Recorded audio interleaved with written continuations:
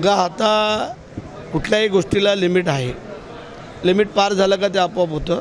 त्याच्यामुळे त्यांचे नेते मंडळी पण काल परवापासून बोलायला लागलेले आहेत आणि त्यामुळे मला असं वाटतं आहे की अजितदादा असतील, देवेंद्रजी असतील, शिंदेसाहेब असतील, हे सगळेजण बसून त्यावरती निर्णय होईल.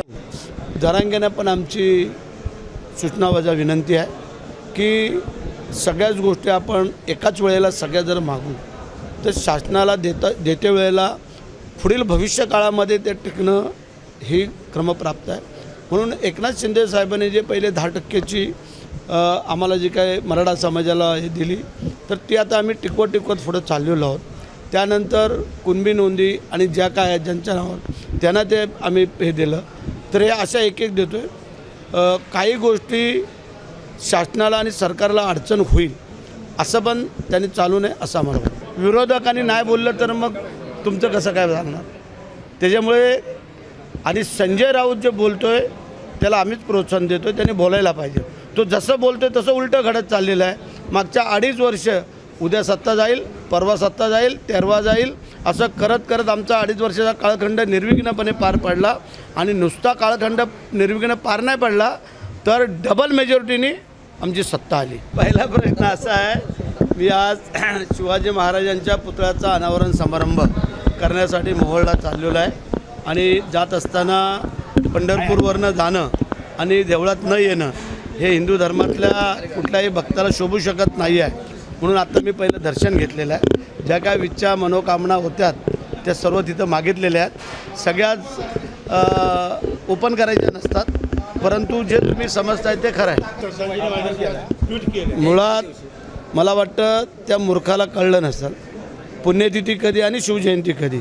त्याला वाटलं असेल आजची शिवजयंती म्हणजे पुण्यतिथी असेल म्हणून त्याने कदाचित ती रजाई वाहिली असेल.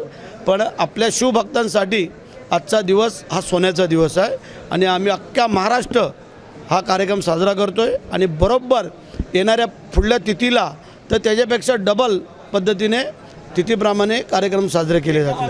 अजेंडा फोडायचा नसतो. ज्या वेळेला आमच्याकडं संध्याकाळी नोट येते त्या नोट प्रत्येकाने आपापल्या मंत्र्यांनी आपल्याजवळ राखून ठेवायची असते. त्याचा PS असेल, OSD असेल, कोणी का असेल त्यांनी तो उघड करायचा नसतो की उद्याच्या मिटिंगमध्ये काय विषय होणार आहे.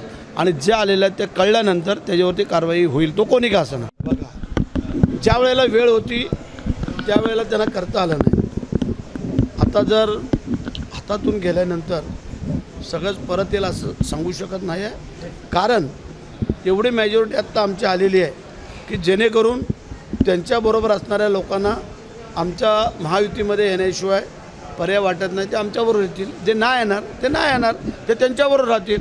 आम्ही कोणावरतीही जबरदस्ती करणार नाही. कारण त्यांना वाटतं आहे की बा आमच्या गावाचा, आमच्या भागाचा, आमच्या तालुक्याचा, आमच्या विभागाचा विकास व्हावा. तर विकास व्हायचा असेल तर मग महायुतीचं सहकार्य घेणं गरजेचं आहे. आणि त्या अनुषंगाने कदाचित त्यांची जे काही लोक येऊ घातलेले आहेत त्यांचं आम्ही स्वागत करतो आहे. कारण आमचा दरवाजा थोडा मोठा आहे त्यामुळे आम्ही त्यांना तो प्रवेश देतो आहे. आणि साप मागच झालं असतं. भास्कर जाधव एक फक्त ते उरले, ते पण थोड्या फरकाने आले. ते जेवढे त्वशाने आवेशाने बोलत होते तेवढ्या फरकाने ते काही निवडून नाही आले. लक्षात आलं का? 2000च्या फरकाने निवडून आले म्हणजे जय महाराष्ट्र त्यांचा ठरला होता. पण काही कारणास्तव थोडे तरलेत. आता ते विचार करत आहेत काय करायचं. कारण सिंधुदुर्ग, रत्नागिरी, रायगड, ठाणे आणि पालघर ह्याच्यामध्ये त्यांचं हायकून एक वेळेला जो त्यांचा बालेकिल्ला होता तो आता एकनाथ शिंदे साहेबांचा आम्ही बालेकिल्ला करून दिलेला आहे. त्याच्यामुळे आता आम्हाला वाटतं आहे ते पण कदाचित येण्याचा विचार करतील. जय हिंद, जय महाराष्ट्र. ABP माझा, उघडा डोळे बघा नीट.